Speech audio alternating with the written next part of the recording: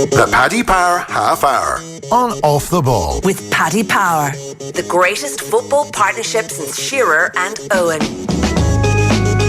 Yeah, you're very welcome along to the Paddy Power Half Hour. It does exactly what it says in the tin. We're going to be here for the next half an hour to preview the weekend's Premier League action. Joined in studio by Enda, Coll and Ronan, Mullen.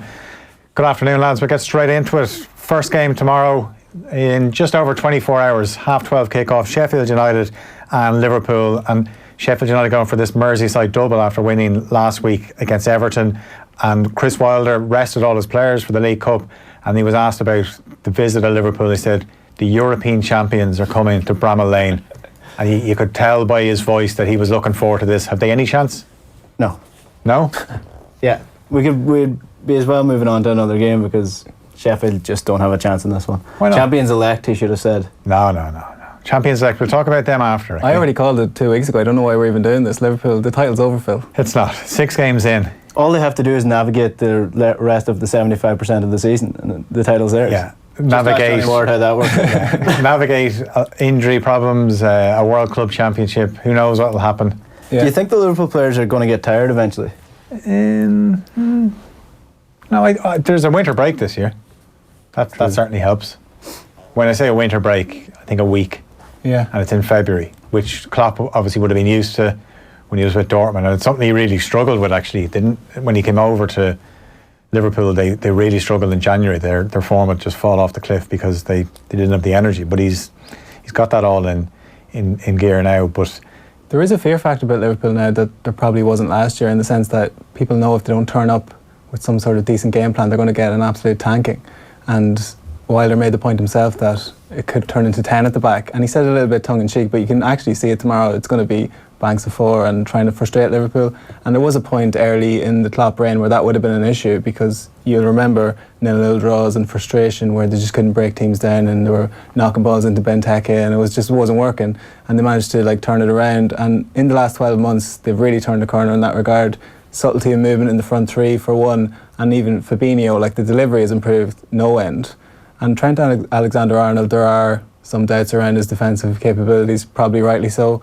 But what he offers, in terms of his delivery, he's like another midfielder, really. yeah, be interesting. He's not a conventional right back. It's going to be a good test for Enda Stevens tomorrow. And obviously the fact that they play, what will turn into a 5 at the back, but Enda Stevens are going directly up against Trent Alexander-Arnold. Is it unfair that it seems to come with, when we talk about Alexander-Arnold, what a great player he is, but we always hear, you question him defensively. Yeah, but I think the game has moved on from the stage where you don't even have to question him defensively, because he's not a conventional defender. So his job isn't to defend, say, the likes of Gary Neville, who's getting forward, would have had to get back as well. The game has moved on completely from that, and the book has been passed to the centre defensive midfielders who are supposed to get back into his position, and the defensive centre back partnership, be that Van Dijk, be that Lovren, be that Matip, whatever, they're supposed to be covering him. So the onus is on them to defend, not on Trent. And what Trent gives you going forward is much more valuable to the team than what he does defensively. Yeah, and he showed that last week at Stamford Bridge with the goal. And another thing as well with the front three, there's a little bit of doubt over Mane. Now, Jurgen Klopp has done his press conference, and I think he's going to be all right. He picked up a dead leg and he sat out training, but he'll play tomorrow. Is he the most important player in that front three now? Yeah, it's a funny one, because I think the common wisdom was that Salah was the most talented of the three and Mane was just in better form last season. But now I just think Mane is actually the best player of the three, and he is definitely the fulcrum of that front three. When he's humming, the rest of them sort of are in tune. Firmino is obviously a bit more complimentary, but has been really contributing big goals this season. And Salah probably still is the X factor in terms of he can do things that maybe everyone else on the pitch can't. But in terms of consistent 7, 8, 9s out of 10, I think Mane is the man for Liverpool. Yeah, if I was to say to you, Enda, right, the front three, you can only have 2 of them for tomorrow. What 2 do you go with? You're probably going with Mane and Firmino. Yeah, and that's kind of goes back to what you were saying. It seems a bit mad because Salah is the one that tends to get people excited and get them off their seats, and he gets the headlines. But that's kind of where they're at now. Well, if you think of the 2 players that are going to gel equally together, it's going to be Firmino and Mane, because they're less selfish than Salah. and Salah's a fantastic player and all that, but I feel like he's more replaceable in this Liverpool team. Not in the sense that he's a replaceable player and you just get them at the shop, but like if they sold Salah in the morning, they'd get a lot of money and they'd be able to replace him with a player that's going to do as good a job as him. Whereas I feel that Mane and Firmino have this relationship that you could play both of them up top by themselves and they do a job. Whereas we saw last year when Salah was playing more centrally with Firmino, it just didn't work at all. So yeah, I'd probably go with Mane and Firmino at this stage. The record Liverpool have against not only newly promoted teams, but against teams outside the top 6. You're going back a couple of years now for the last time Jurgen Klopp's side lost against a team outside the top 6. So they just have become so reliable against these teams that it is hard to see anything other than the win. Worst case scenario, maybe they can't break Sheffield United down. But, you know, Sheffield United, they'll want to have a go. But Liverpool haven't got a fantastic record at Bramall Lane. 1990, I think the last win. Obviously, those are misnomers a little bit because Sheffield United have been out of the league a long time. My abiding memory of this fixture, I don't know if you remember, is when Steven Gerrard dived at Bramall Lane. Do you remember this? And Robbie Fowler tucked away the penalty. Who was in charge of Sheffield United? You're going to Neil Warnock? Neil Warnock. I'd say he took it well. Yeah, it was one of those where Steven Gerrard dived out of a tackle that was about to happen, got the penalty, and it was a big storm at the time. Gerrard didn't dive. No, he didn't dive. He wasn't that kind of player. English players don't dive. He wasn't that kind of player. So is he meant to stand there and get absolutely... a bit of 13-year-old incident, but here we are. Is he meant to stand there and get absolutely taken out of it? Was there contact? Was there contact? Robbie Fowler didn't care. He stepped up, tucked it away. Anyway. Yeah. You mean Robbie Fowler didn't miss the penalty on purpose because he's a nice that kind of player, that kind of professional. He's a nice guy. Well, if he did miss it, Jason McAteer would have been standing by to knock in the rebound. Okay, that's the half 12 game. I think we all expect Liverpool to win, and it's such early days, but it just means then going into the half 5 game, which is Everton and Manchester City. City are 8 points behind Liverpool. Now, before we get into City, Everton, Marco Silva, he is the favourite now to be the next Premier League manager to lose his job. And they beat Sheffield Wednesday in the League Cup during the week. Dominic Calvert-Lewin scored a couple of goals, but you kind of feel he's on borrowed time, don't you? Yeah, and you mentioned their conditioning in a previous show, and their susceptibility from set pieces is bordering on a joke at this stage. They remind me a bit of Scotland in the rugby, where they've talked a big game for years and they've never really progressed at all. The illuminating game for me last season was against Liverpool at Goodison, where they were talking a big game, and it was just like old Everton, sat back and tried to frustrate Liverpool. They haven't really made any progression since David Moyes left. They had purple patches under Roberto Martinez, but look, in the grand scheme of things, like, where are they? Have they improved with all the money they've spent? I don't think they have. No, I'm buying the wrong players. What is the plan for Everton? Because you think back to a few years ago, they beat Man City 4-0. Guardiola was in charge, and that was Koeman's team, and Lukaku scored, and there was a real good feeling. And then obviously the start of the next season, things went wrong. Koeman was fired. They bring in Big Sam, that was a disaster. Then Marco Silva, they wanted him when he was doing well at Watford, but then when they actually went to get him, his reputation had been tarnished by that Watford, the way things finished, and it kind of looks like it's going down the same route for him. Yeah, I wouldn't look too much into the timing of Marco Silva's move. I would just look at more of the general lack of plan, like you mentioned, at Everton, because like a few years ago we were talking about their defence, how they don't have anybody to line up to replace Jack Elka when he eventually is a bit older and is going out of the team. They seem to... He came on last week for Sheffield United. And like they've got a decent partnership between Michael Keane and Yerry Mina, but it's only decent, it's only fine. But the problem going forward is just, it's an absolute joke. Like, we were chatting about this on the football show last night with Kevin Kilban and Leon Osborne, and there's only been 4 players for Everton that have scored more than 15 goals a season, and that goes as far back as Cotti, Yakubu and Kanchelskis. Tony Cotti, really? And then the other one is Lukaku, and he did that 3 seasons in a row. And if you look at look at the forward line that they've brought in, Richarlison has 2 goals this season. Iwobi 1 goal. Theo Walcott none. He's come off the bench 4 times. Great pace. Moise Keane, no goals this season, and he said he would be happy with 7. that's the kind of players you're bringing in. Calvert-Lewin hasn't hit the heights that you expect. Bernard isn't going to get you 15 goals a season. So what are they doing? Why are they bringing in these players? They need to bring in a proper striker.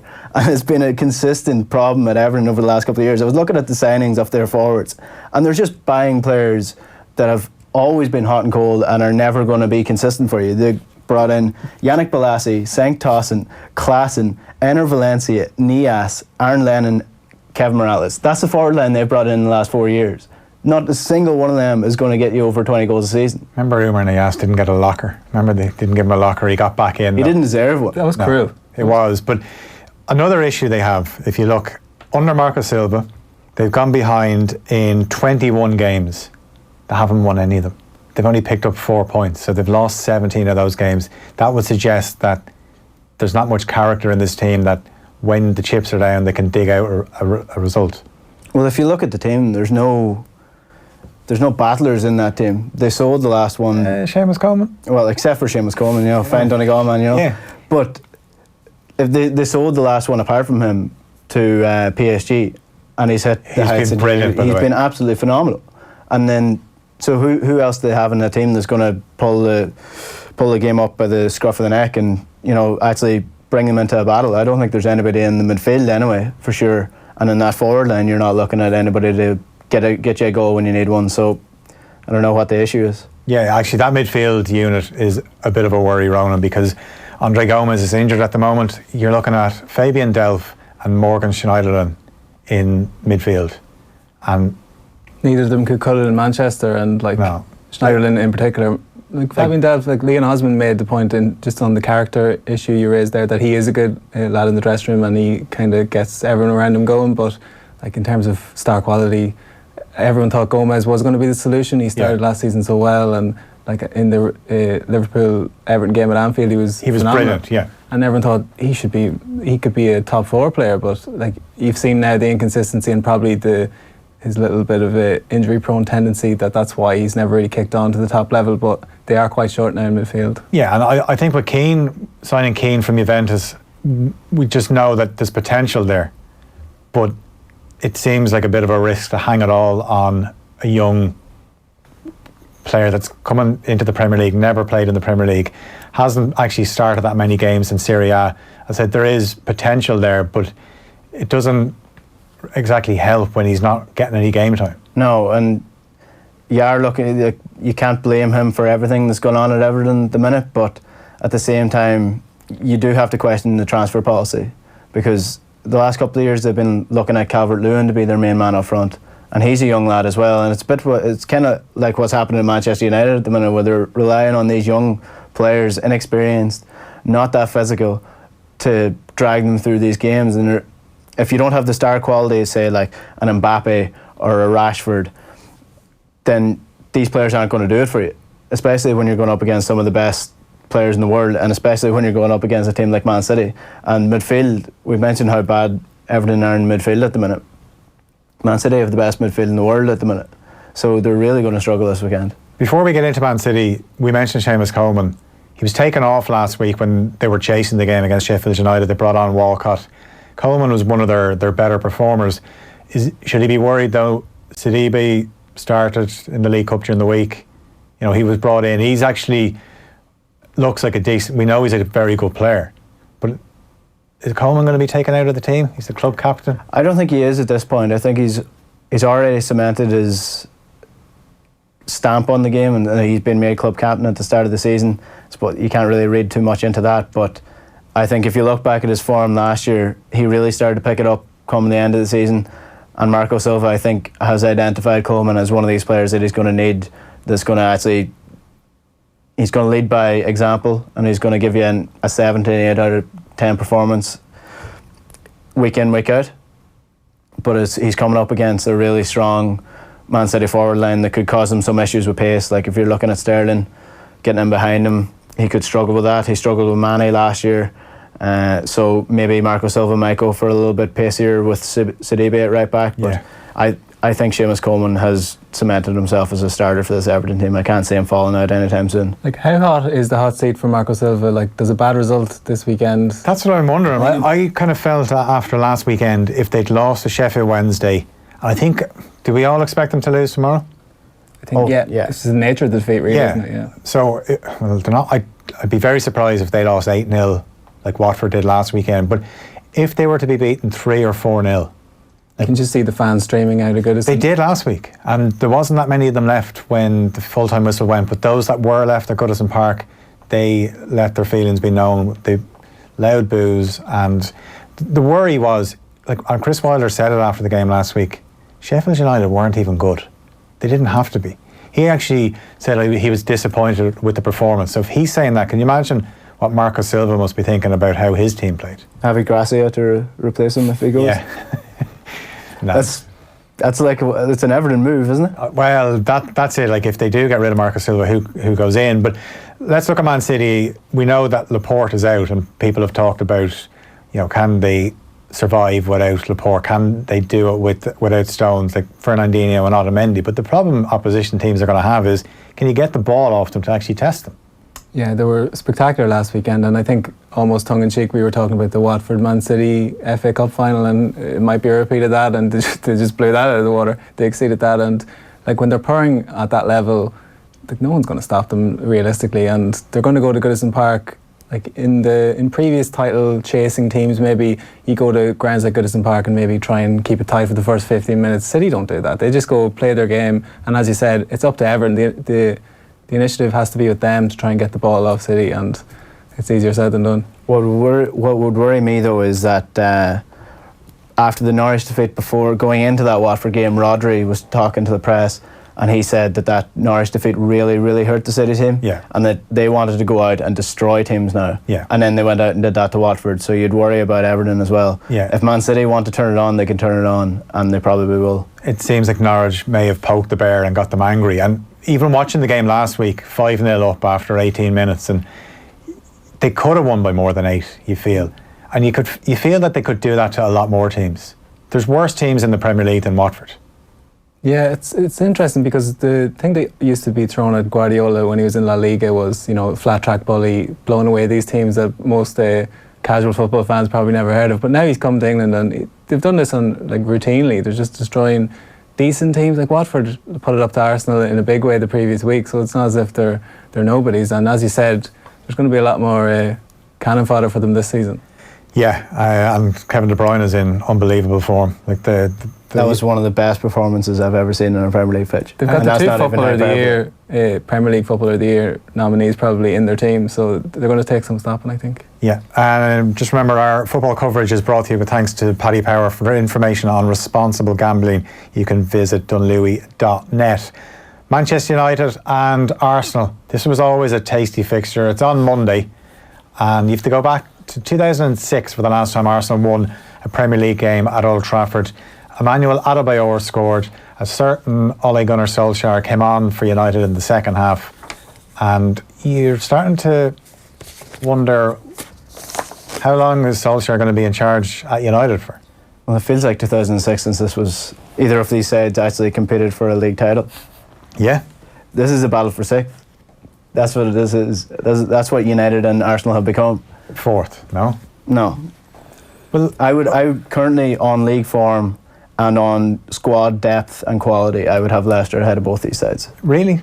I don't know. I think we'll get into Leicester in a bit because I know they're playing Newcastle on Sunday, and they beat Spurs last week, and it looks great. But I think we saw at Old Trafford when Leicester went there, what you'll see a lot from Leicester is where they'll have plenty of possession. It'll be lovely to watch, but there won't be any cut and thrust, and they won't get as many points as they should. Yeah. I think you've bought into the Brendan Rodgers smile a bit, have you?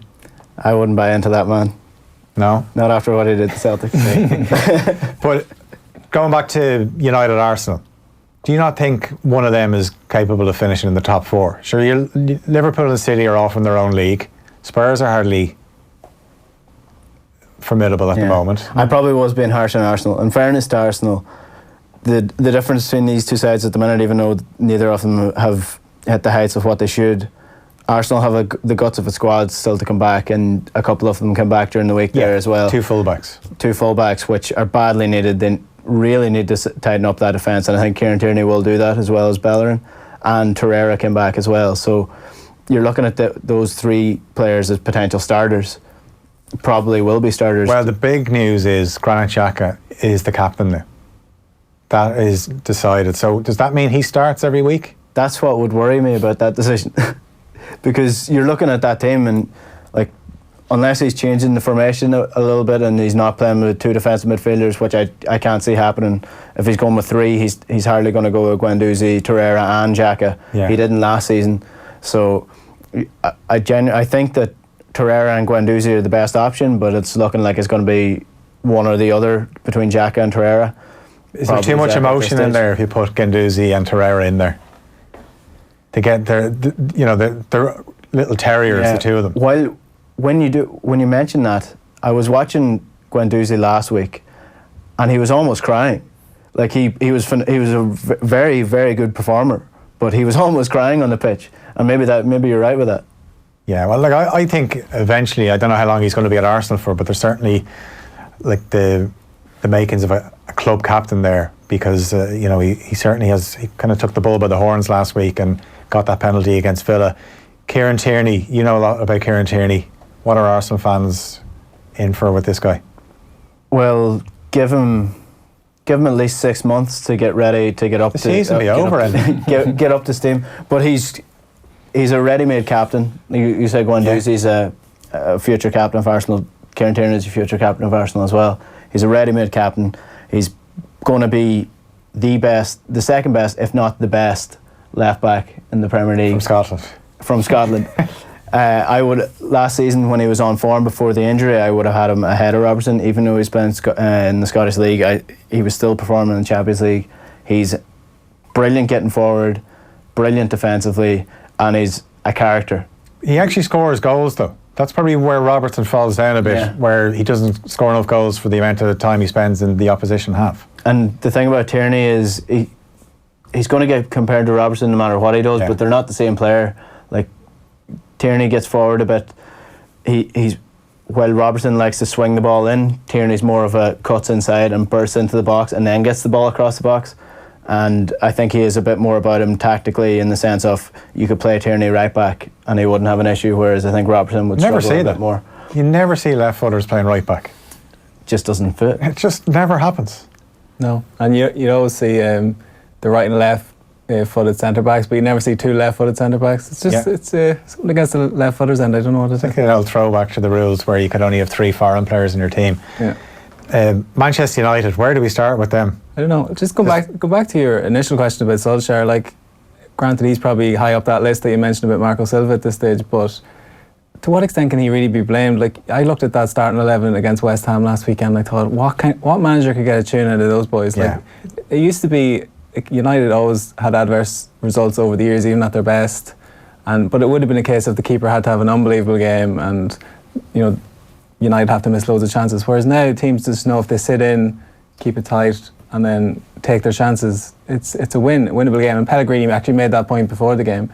So in one sense, the Rochdale result is a bit of an outlier. That can happen. I remember United losing to League One Leeds under Ferguson when they were in their pomp, and I remember the FA Cup, and I remember Ronaldo and Rooney going down to Burton Albion for a replay. So these things happen, but it's the result last weekend that would be most worrying for Man United fans, because you're just looking at it, you're looking at the squad depth, and you're just thinking, where's the light at the end of the tunnel here? Yeah, and also a worry is if you're a United fan, you're looking at the West Ham team thinking you could point at a group of those players that will get into the United team. Yeah. That shouldn't be happening if you are trying to challenge for trophies, which United, that's what they want to be doing.